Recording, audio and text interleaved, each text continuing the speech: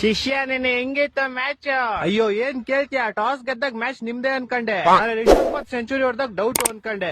ಹಂಗು 227 ಹೊಡ್ಕೊಂಡ್ರಲ್ಲ. Bowling fielding ಬಿಟ್ಬಿಟ್ಟು ಏತ್ಬಿಟ್ವಿ.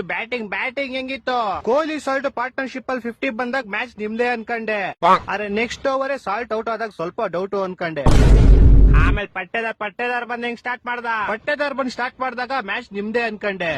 ಆದ್ರೆ ಪಟ್ಟೇದಾರ್ ವಿಕೆಟ್ ಬಿದ್ದಾಗ back to back Livingstone wicket ಬಿದ್ದಾಗ ಸ್ವಲ್ಪ ಡೌಟ್ ಅನ್ಕಂಡೆ.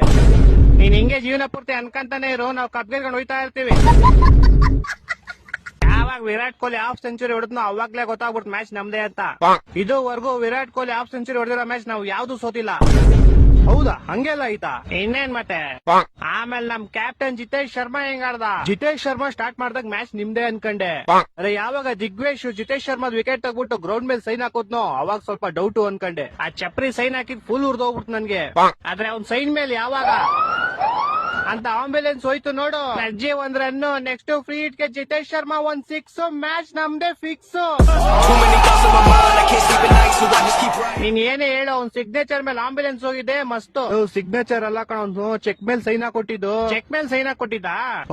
ಬಿಡು, ಚೆಕ್ ಬೌನ್ಸ್ ಆಗೋಯ್ತಲ್ಲ ಹೆಂಗೆ? I don't need no help, I don't need opinions, so don't waste my time.